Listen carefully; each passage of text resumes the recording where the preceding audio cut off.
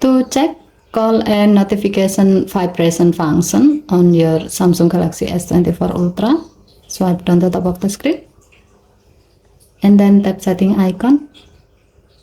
Scroll down the screen to find device care. Tap device care. Scroll down the screen. Under additional care section, tap diagnostic. Under phone section, tap phone diagnostic. Scroll down the screen. Tap vibration to start the test.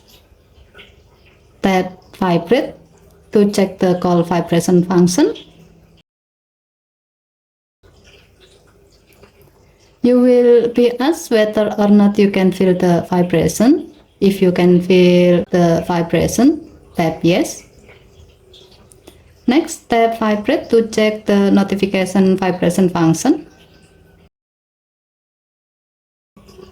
And you will be asked again whether or not you can feel the vibration.